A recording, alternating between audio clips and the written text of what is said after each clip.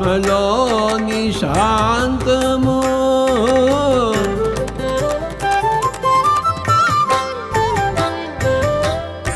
ఆత్మలోని అభయము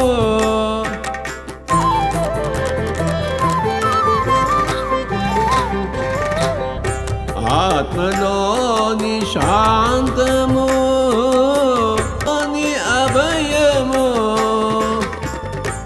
ఆత్మలోని శాంతము. అందరికీ నమస్కారం అండి. ఈరోజు 83వ రోజు. New energy. అది ఓల్డ్ ఎనర్జీ పరిస్థితి. మాయతెర ద్వంద్వత్వం బలంగా దళసరిగా ఉన్నప్పటి పరిస్థితి.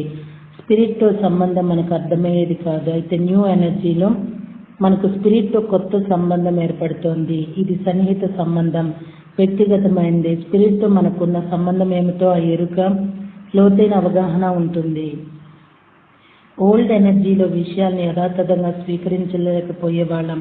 ఫలానాది ఫలానా విధంగానే ఉండాలని నిర్దేశించే వాళ్ళం. న్యూ ఎనర్జీలో విషయాల్ని ఉన్నట్లుగా స్వీకరించగలుగుతాం. ఎందుకంటే విషయాల వెనుక ఒక మహా ప్రణాళికను చూడడం జరుగుతుంది. మహా దృశ్యాన్ని అర్థం చేసుకుంటాం. మనుషులు అలా ఎందుకు ప్రవర్తిస్తున్నారో, మనం మన మార్గాన్ని ఎందుకు ఎంచుకున్నామో మనకు అర్థమవుతుంది.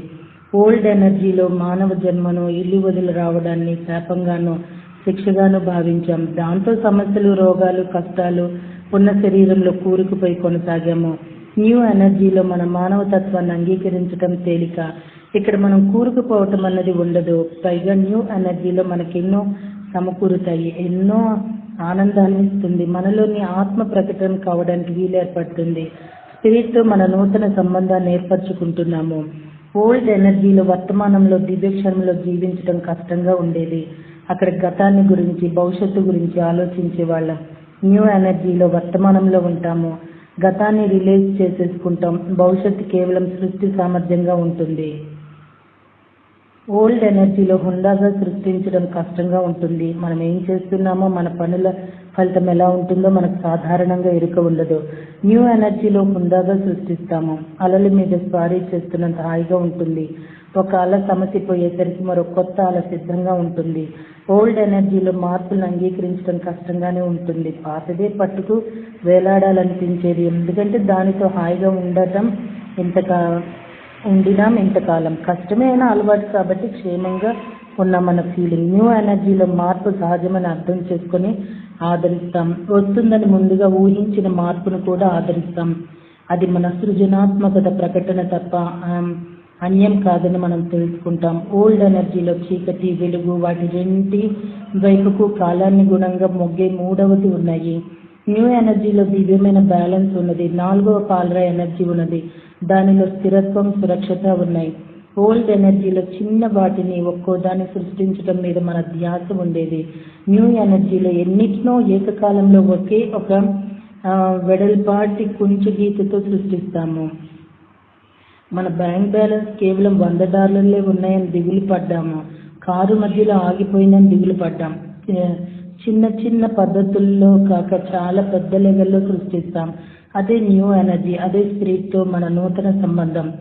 ఓల్డ్ ఎనర్జీలో మన దివ్య వాంఛను కనుగొనటం కష్టమైంది. ఆధ్యాత్మిక వాంఛను కలిగి ఉండటం కష్టమైంది. న్యూ ఎనర్జీలో ఆధ్యాత్మిక వాంఛ ఎల్లప్పుడూ ఉంటుంది. అది తనంతట తాను బయటపడాలని చూస్తుంది. మనతో కలిసి సృష్టించాలని చూస్తుంది. ఓకే మాస్టర్, మరి ఎంత అద్భుతమైన ఈ న్యూ ఎనర్జీని అర్థం చేసుకుంటూ అద్దుకుంటూ ఉందామండి. ఓల్డ్ ఎనర్జీలో మనకు కావాల్సిన దాన్ని సృష్టించుకోవాలంటే బాహ్యంగా దాన్ని వెతుక్కుంటూ వెళ్ళవలసి వచ్చేది. న్యూ ఎనర్జీలో అదే మన దగ్గరకు వస్తుంది.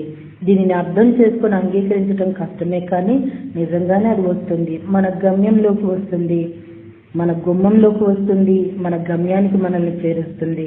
మనకు ఎప్పుడు ఏది అవసరమో అది సరియైన విధంగా సమకూరుస్తుంది. ఇక వచ్చిన దానితో కలిసి ఆనందంగా డాన్స్ చేయవలసిన పని మనదే. చూసారా మాస్టర్, నా ద్వారా చాలా చాలా వాటిల్లో ఇది వస్తూ ఉంటుంది. ఎప్పుడు ఏది అవసరం అది సరైన విధంగా సమకూరుతుంది. ఎప్పుడు ఎక్కడ ఏది ఎలా రావాలో అది తప్పకుండా వస్తుంది. జస్ట్ శ్వాస మీద ధ్యాస పెట్టి మన థాట్ని ఒక పాజిటివ్గా ఉంచి మనల్ని మనం ఉద్ధరించుకుంటూ, మనల్ని మనం శక్తివంతుల్ని చేసుకుంటూ, మనల్ని మనం ప్రేమించుకుంటూ, మన శరీర భాగాలతో మాట్లాడుకుంటూ, పారాసైట్గా కాకుండా మనమే ప్రతిదీ మనము సాధించుకుంటూ ఉండటమే న్యూ ఎనర్జీ. మరి రేపటి జ్ఞానంలో కలుసుకుందామా అండి. Thank you very much.